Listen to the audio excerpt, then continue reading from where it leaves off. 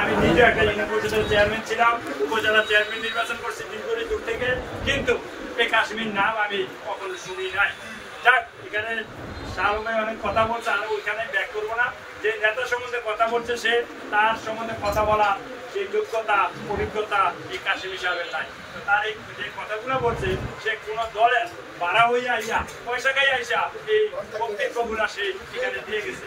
এই বক্তব্যগুলা যে দিচ্ছে এগুলা আমি প্রতিবাদ নিন্দা জানাচ্ছি এবং ভবিষ্যতে এটুকু হুঁশিয়ারি করি। আমার যে ছোট ভাইয়েরা বলে গেছে ছাত্রদল বিভিন্ন সংগঠন প্রতিবাদ করতেছে, আসলে আমরা এটা সামাল দিতে পারবো না।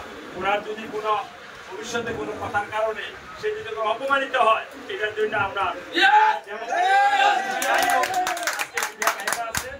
আমি বলে দিলাম।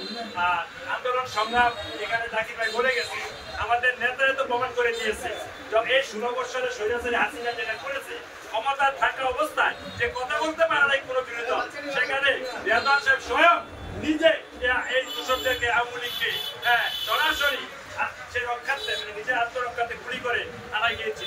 আর আমরা প্রতিটা প্রোগ্রামে অংশগ্রহণ করেছি, এইগুলো আমাদের পত্র পত্রিকা মিডিয়া বাইরেও আছে এবং প্রতিবাদ যে করেছি এগুলো পত্র পত্রিকা আছে। যাক, এই নিয়ে কথা বলবো না। এই যে 26 তারিখে আমাদের যে প্রতিষ্ঠা বার্ষিকী এটা ভাইরাল হয়েছে, শুনলাম উনি যে ধরনের কথাবার্তা বলেছেন উনি আসলে মাপকাঠি নীতির কথা বলে নেয়। উনি সীমানার ঊর্ধ্বে চলে গেছে, সীমারেখা পাড়িয়ে অনেক দূরে চলে গেছে, কারণ উনি জানে না যে রেজওয়ান আহমেদ সাহেব বাংলাদেশের একটা সম্পদ।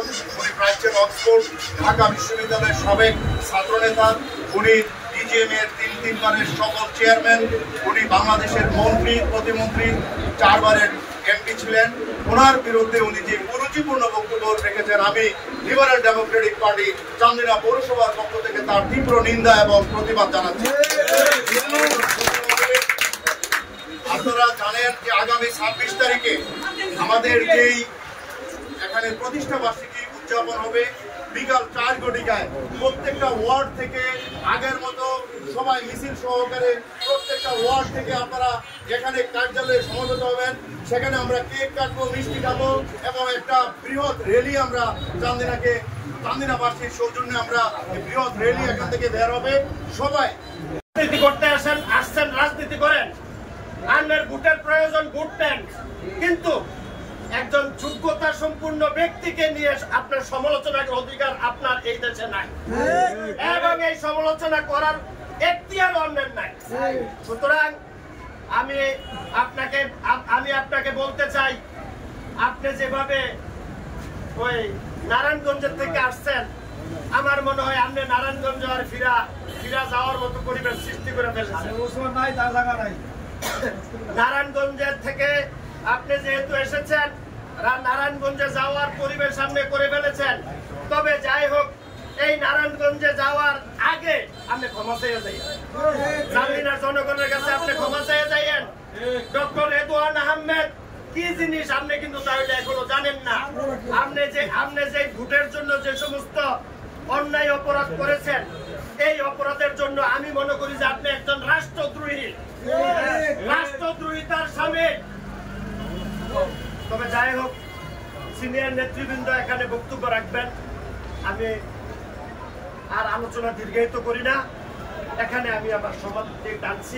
যেখানে সে আসবে সেখানে তার সভা সমাবেশ থেকে আমাদের লোকজনরা তার যতক্ষণ পর্যন্ত তার বক্তব্য প্রত্যাহার না হবে ততক্ষণ পর্যন্ত খুব ভালোভাবে তার চলার পথ